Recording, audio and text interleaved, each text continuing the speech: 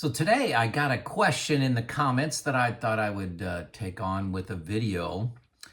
And I love the comments. If you're not reading them, you're making a mistake. So much wisdom in there. You learn not only from my 12-minute video or whatever it is, you learn people's disagreement with it. You learn people's agreement with it, other experiences I learn, and I would say 90% of my content comes from the comments. So make sure you're reading that on your journey. So the question was, and I like how sharp this is. Hey, Joe, what did you do differently to retire at 54? What did you do different than your friends, your peers? That's kind of unusual. Can you list what you did? So I've got 10 things here. I'd like for you to count how many of these you did. So give me a number in the comments. Just say you got 9, 8, 5, 1 in the comments. That's reinforcing to me of a lot of people are doing these things. So, and wait for number 10. You won't be expecting it. It's kind of out there, but huge, huge. Okay, let's get started. Number 1. I chose engineering as a career. I did co-op, graduated in 5 years with no debt. So there's a lot of things in this. Co-oping means you go to school for a semester and then you work for a semester. And in doing so, I earned a lot of money. I got paid. It's like $25 an hour, and this was in the early 80s. And that allowed me to get an education without debt, but it required me to work or go to school one more year. It also changed my college experience. I didn't have the same college experience that a lot of people had with the partying and all the sporting events. Sometimes I was going to school during the summer and I was working in the fall. I worked for General Electric under Jack Welch in the plastics business in Mount Vernon, Indiana. So I chose engineering as a career, something I did. Number 2, early to invest. I started when I graduated. I was 22 years old. I automatically invested. So day one, I signed up for 6% in the 401k program, and then I got a 6% company match. I was like, I can't believe this. So I was saving 12%. Related to that, I raised the percentage that I was saving with every promotion, every annual increase that I've got. So, I was saving 6% and then got a company match of up to 6%. So I was at 12. But my portion of that was 6%. My next raise, I'd raise that to 7. My next raise, I'd raise it to 8. If I got a promotion, I may go to 11 or something like that. So it depends on the size of the raise. I would always come home and take my family out to dinner. And then, probably at least 50% of the early on raises and increases, I would just bank away. I was making more money than I dreamed about, working as an engineer. Also, any of my bonuses that I happened to get, we had performance pay, things like that. I saved those for a specific purpose. Maybe it was a car. Hey, I'll save 3 years of these and then buy a car, or put a down payment on a house, or later on help pay for college for my kids. I probably maxed out about, in my 401k, my contribution about 18% with a company match of 6%. So I was saving 24%. So do the math on that. Number 4, I rarely pay for things I could do myself. Home repairs, cutting grass, landscaping, work around the house. I've finished the basement in several houses that I've owned. That'll be another item here in a little bit. So those are 4. Hey folks, if we haven't met, my name is Joe. I've been retired for 5 years. I'm currently 59. That means I retired at 54. I'm sharing my journey, my personal experiences, decisions I've made to help you on your journey. There's a lot of great channels out there with expert advice. I'm not an expert on anything except for my life and how I interpret all the data that's out there. For example, Social Security, how, and all the decisions you can make, I can pull that in and say, here's why I made the decision that I made. So hopefully that helps you on your journey. Let me know in the comments if I'm crazy. So, hey, number 5 thing that I did that made me different, weird, on my career, I was constantly upgrading my skills. I've read hundreds of books. Now, to be honest, about 75% of those were audiobooks. I used to get them on tape from the library. And on my walks and my drive to work, on my runs, my exercise, working out in the yard, cutting grass, I was listening to a book. And a lot of these were biographies.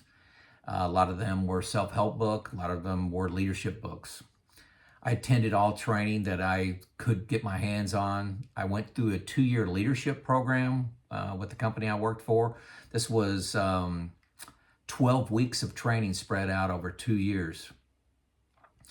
And under the heading of continuous learning, I became an expert in reliability and maintenance.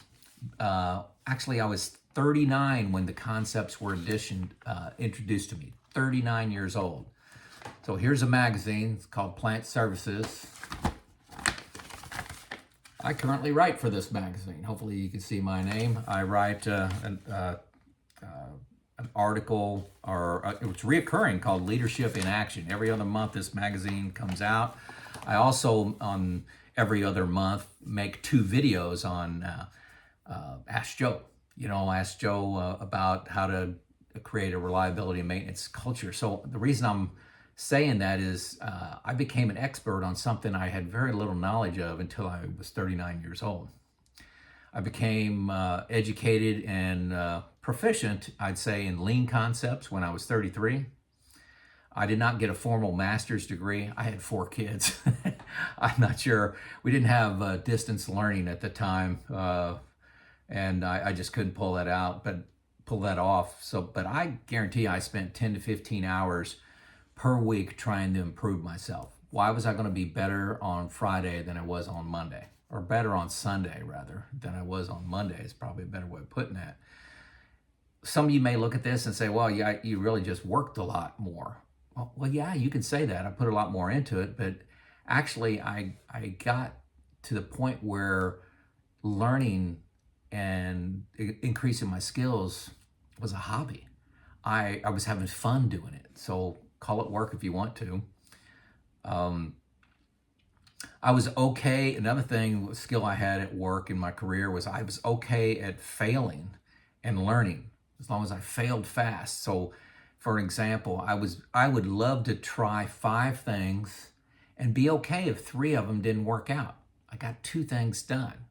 Most people want to be right all the time, and they may try one change or one initiative, and they overanalyze it, and they do get one thing done, and they do it perfectly. But I got 2 because I was not afraid to fail. You do that and compound that over a career, you'll get a lot more done, and people will recognize that. That was one of my secrets. Something's wrong with my brain where I'm okay being wrong and failing as long as I learn something. Lastly, and this was big. This is a big one. And this all goes under my career. My wife and I decided to become a 1-income family to allow me to give 120% to work. 120%. I worked a little bit more than most people, and maybe quite a bit more than most people. This allowed me, with my wife being the manager of the home and me being the manager of income, when I was home, I was 100% home with the kids. I was present, so she did the shopping, the housekeeping, much more management of the kids. And when the kids were sick, it was her game 99% of the time. I coached, I played hard in the yard with the kids, I worked with the kids one-on-one and all together. I was there because she cut the grass, so I didn't have those things to do when I was home. When I was home, I was purely home. I call that our zone defense, to use a basketball term. Lisa was the home manager, I was the income manager. We made far more money focusing on one career and doing it to an excellent, doing excellent with it, than focusing on two careers and pulling our hair out, just scratching our eyes out because we're overcome with things to do. I think I'm confident this was major for us. This was a major, and you don't hear too much about people doing that. It's kind of a taboo topic, but it's what we did, and it paid off big. Number 6 thing I did different, cars. My claim to fame on cars is I drove the worst car in the parking lot for years, and this is with 2,500 employees. I like to have one good car for transportation, and one good car, and then one reliable car that'll get me back and forth to work. I had a Toyota Starlet. This was before like the Tercel. This was my wife's car. It had black vinyl seats. It was stick shift, no air conditioning, no power windows, and had a manual choke. Now, how many of you could drive that car? Physically drive it. And I worked in a foundry environment, so it was hot and sticky at work. In the summertime, it'd get to 120 degrees in the rolling mills, and I drove home with no AC. I could roll down the windows, but no AC, black vinyl seats. Who makes those kind of sacrifices today? Currently, I drive a 190,000 mile, 12-year-old Toyota Sienna. You know, it's just my car. I drive it 2,500 miles a year. One good car, and we have a modest minivan. We have a newer minivan. It's a couple years old now. But we don't have an F-150 Super Crew Rapture, for about $90,000. Just as a sidebar on this, I was at my daughter's for a couple weeks, and their subdivision, it was a military town, had about $300,000 to $360,000 houses. 300, so good middle class houses, nice subdivision, fairly newer houses, but let's just say the houses were $350,000. I went running and walking every day. Everybody. Nobody parked their cars in their garages. That was an extra storage area because nobody had basements or storage. So all their cars were parked out front. Every house had an SUV that was no more than, I'd say, 3 or 4 years old, big SUV, and a pickup truck. I was noting it the other day, just SUV, pickup truck. And their cars were probably double the cost of mine. You do that for about 35 years, and look where your money's going. Your money's depreciating is what's happening. Number 7, my home is about half the size, half the cost of what my peers. I've been an operations manager, department manager for a large company, and I have a great home, but I have peers with double, some of them with 2 homes. One of the things my wife and I did, we built 4 homes. That's kind of a little bit of trivia. In the 90s, up until about 2007, if you built a house, you could sell it the day it's completed for about 20% more than you have into it. And then my wife and I did a lot of sweat equity. We painted our houses. I would go to work, and for a whole month after I came home from work, I'd paint for about 5 hours every evening, 16 hours on Saturday, 16 hours on Sunday. Did that for an entire month. Okay? Who does that kind of stuff? I finished the basements in all 4 of those houses myself. Yeah, my dad helped too. Sorry about that. Sorry, Dad. Do people do this anymore? Do people do what it takes to be able to get into a house? Sweat equity was a big deal for me and my wife, Lisa. Number 8, what do I do differently? And this probably isn't huge, but it's just part of who I am. Clothes. This shirt I'm wearing is from Sam's. It was like $11. I'm wearing pants from a consignment store, $3. My shoes are Hoka's, and they're 18-month-old. I have these reading glasses that are $4 a piece.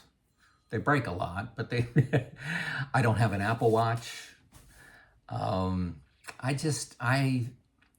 don't wear brand name items that are new, especially. I don't get my ego from my clothes. I cut my own hair today. So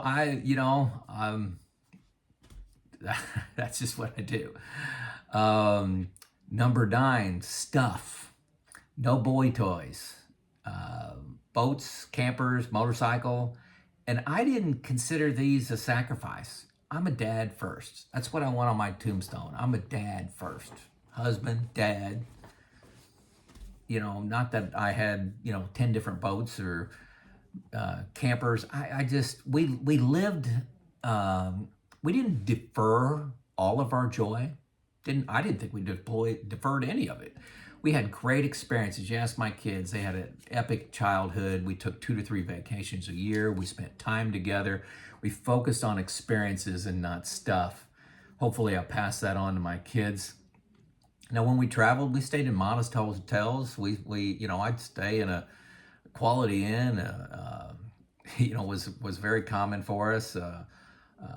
I've upgraded in retirement to Holiday Inn Express, and we stayed in VRBOs. Stay a block off the beach. And save. Get it for half the price if you're going there. Stay out of the park if you're going to a national park. So yeah, I wasn't one of these people that saved 50% of my income and just, for 25 years lived like a miser, and now I had the opportunity to retire at 54. I don't think my kids had any idea I was saving money compared to their friends, and we just didn't have some of the toys and clothes, and cars was a big one. Cars, I'm going back through my list, and then my career, focusing on my career was a big one. So hey, and I'm on to number 10. I told you this is a surprise. Many of you have heard this before, but it's a big deal. Stay married.